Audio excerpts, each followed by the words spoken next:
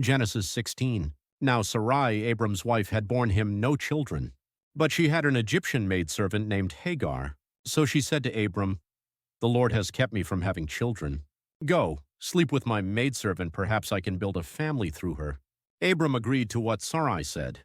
So after Abram had been living in Canaan 10 years, Sarai his wife took her Egyptian maidservant Hagar and gave her to her husband to be his wife. He slept with Hagar, and she conceived.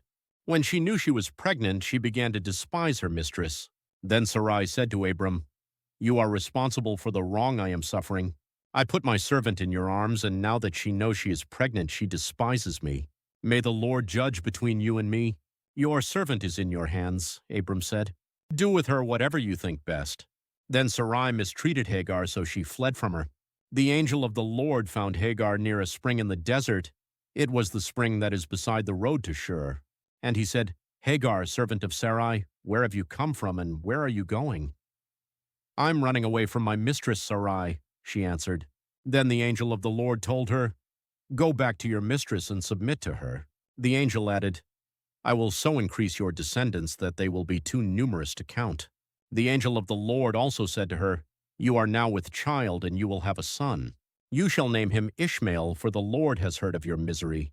He will be a wild donkey of a man. His hand will be against everyone, and everyone's hand against him, and he will live in hostility toward all his brothers."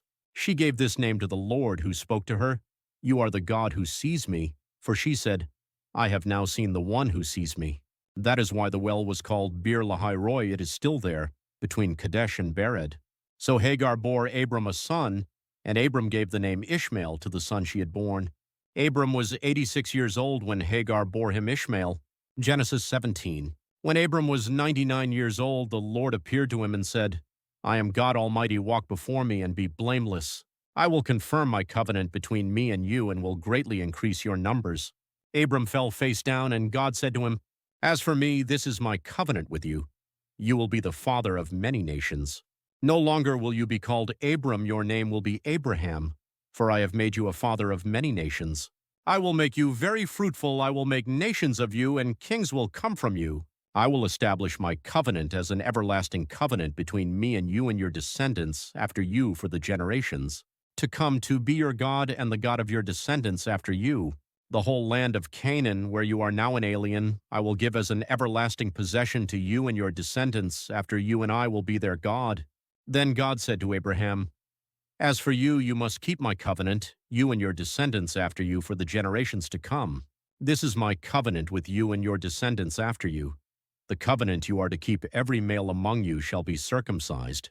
You are to undergo circumcision, and it will be the sign of the covenant between me and you. For the generations to come, every male among you who is 8 days old must be circumcised, including those born in your household or bought with money from a foreigner, those who are not your offspring.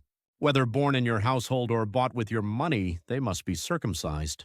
My covenant in your flesh is to be an everlasting covenant. Any uncircumcised male who has not been circumcised in the flesh will be cut off from his people. He has broken my covenant." God also said to Abraham, "As for Sarai your wife, you are no longer to call her Sarai. Her name will be Sarah. I will bless her and will surely give you a son by her. I will bless her so that she will be the mother of nations. Kings of peoples will come from her." Abraham fell face down. He laughed and said to himself, "Will a son be born to a man 100 years old? Will Sarah bear a child at the age of 90? And Abraham said to God, "If only Ishmael might live under your blessing." Then God said, "Yes, but your wife Sarah will bear you a son, and you will call him Isaac. I will establish my covenant with him as an everlasting covenant for his descendants after him. And as for Ishmael, I have heard you. I will surely bless him. I will make him fruitful and will greatly increase his numbers. He will be the father of 12 rulers, and I will make him into a great nation.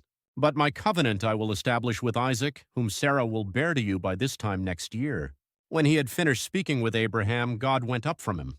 On that very day, Abraham took his son Ishmael and all those born in his household or bought with his money, every male in his household, and circumcised them as God told him. Abraham was 99 years old when he was circumcised, and his son Ishmael was 13.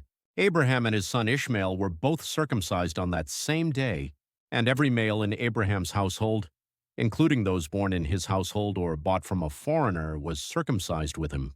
Genesis 18. The Lord appeared to Abraham near the great trees of Mamre while he was sitting at the entrance to his tent in the heat of the day.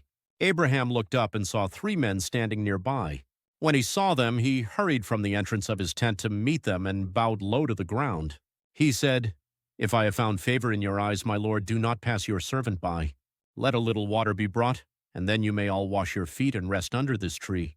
Let me get you something to eat so you can be refreshed and then go on your way, now that you have come to your servant." "Very well," they answered. "Do as you say." So Abraham hurried into the tent to Sarah. "Quick," he said, "get 3 seahs of fine flour and knead it and bake some bread." Then he ran to the herd and selected a choice, tender calf and gave it to a servant, who hurried to prepare it.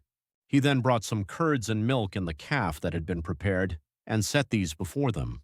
While they ate, he stood near them under a tree. "Where is your wife Sarah?" they asked him.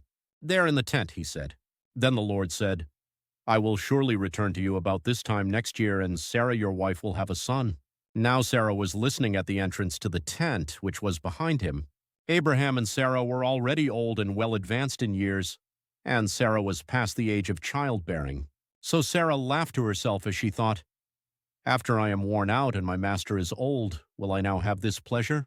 Then the Lord said to Abraham, "Why did Sarah laugh and say, 'Will I really have a child now that I am old?' Is anything too hard for the Lord? I will return to you at the appointed time next year, and Sarah will have a son." Sarah was afraid, so she lied and said, "I did not laugh." But he said, "Yes, you did laugh." When the men got up to leave, they looked down toward Sodom, and Abraham walked along with them to see them on their way. Then the Lord said, "Shall I hide from Abraham what I am about to do? Abraham will surely become a great and powerful nation, and all nations on earth will be blessed through him. For I have chosen him, so that he will direct his children and his household after him to keep the way of the Lord by doing what is right, and just so that the Lord will bring about for Abraham what he has promised him." Then the Lord said, "The outcry against Sodom and Gomorrah is so great, and their sin so grievous, that I will go down and see if what they have done is as bad as the outcry that has reached me. If not, I will know." The men turned away and went toward Sodom, but Abraham remained standing before the Lord. Then Abraham approached him and said, "Will you sweep away the righteous with the wicked? What if there are 50 righteous people in the city? Will you really sweep it away and not spare the place for the sake of the 50 righteous people in it? Far be it from you to do such a thing, to kill the righteous with the wicked, treating the righteous and the wicked alike. Far be it from you. Will not the judge of all the earth do right?" The Lord said, "If I find 50 righteous people in the city of Sodom, I will spare the whole place for their sake." Then Abraham spoke up again, "Now that I have been so bold as to speak to the Lord, though I am nothing but dust and ashes, what if the number of the righteous is 5 less than 50? Will you destroy the whole city because of 5 people? If I find 45 there," he said, "I will not destroy it." Once again he spoke to him. "What if only 40 are found there?" He said, "For the sake of 40, I will not do it." Then he said, "May the Lord not be angry, but let me speak. What if only 30 can be found there?" He answered, "I will not do it if I find 30 there." Abraham said, "Now that I have been so bold as to speak to the Lord, what if only 20 can be found there?" He said, "For the sake of 20, I will not destroy it." Then he said, "May the Lord not be angry, but let me speak just once more. What if only 10 can be found there?" He answered, "For the sake of 10, I will not destroy it." When the Lord had finished speaking with Abraham, he left, and Abraham returned home.